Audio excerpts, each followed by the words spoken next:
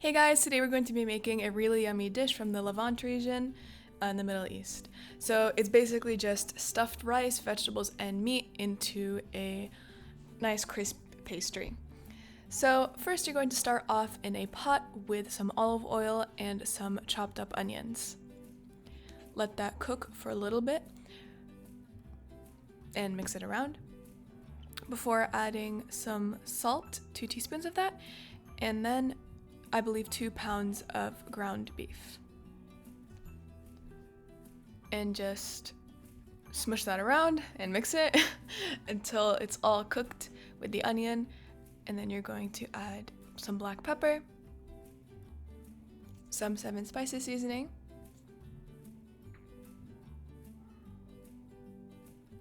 and that's it. And then just keep mixing it. Set that aside, and now we're going to focus on the garnishes. So in a pan with some olive oil, add some pine nuts and mix them around until they're nice and golden brown, or however dark you want them, and then add that straight into the pot of meat and onions you had just set aside. And then in a separate pot, you be prepared to do a lot of dishes during this recipe, but in a separate pot, add some olive oil and some peas and carrots. You could obviously buy these fresh, and what would you even call that? You would unpod the pea pod? You would unpea the pea pod? I don't know.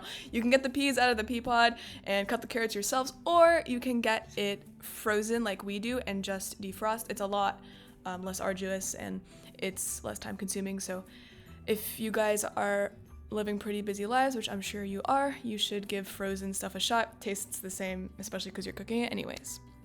So throw that into the pot along with all of the spices you just saw there and mix it on out. Then you're going to take 4 cups of Egyptian rice and pour it straight into the pot. Make sure to wash that rice first if you usually do that before putting it in.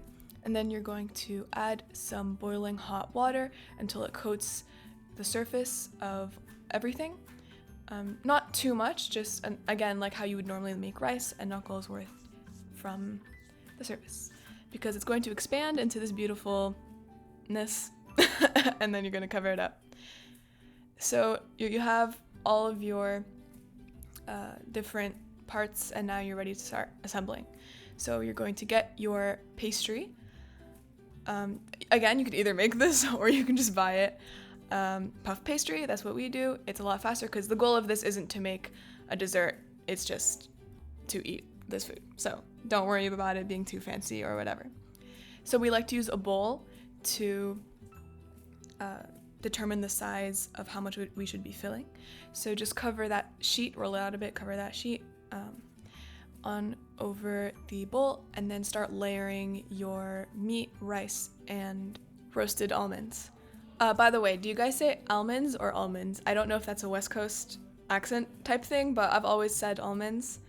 But I know a lot of people who say almonds, and we can go with this conversation all day with how people pronounce different things. Like salmon, that's like one of my biggest pet peeves, I think, is when people call me out on that. I don't know. I just think like I should just say it how I want, and it's literally spelled with an L. I don't know what you want me to say. Anyways, sorry for getting off track. Stick all those on a pan at 350 degrees Fahrenheit, straight into your oven. No need for resting or anything like that. Just keep an eye on them until they are nice and golden brown at the top. You don't want it to get burnt. You also don't want to end up overheating anything inside for it to explode. So let's minimize explosions today. So once that's all done, you can serve with yogurt. My mom likes to serve with laban ou khiyar, which is just some mint, yogurt, and cucumbers into a nice side dish. And my mom is going to link that video in the top right hand corner for you guys to check out if this is something you're interested in. It's really nice. I really like eating it with the yogurt because this is very hot straight out of the oven, but you want it to be hot, but that gives it the perfect level where it's not burning your tongue and all of that. So it's the perfect combination, and you guys should give it a shot while you're at it. And my dad rates this a very happy face. And that's about it.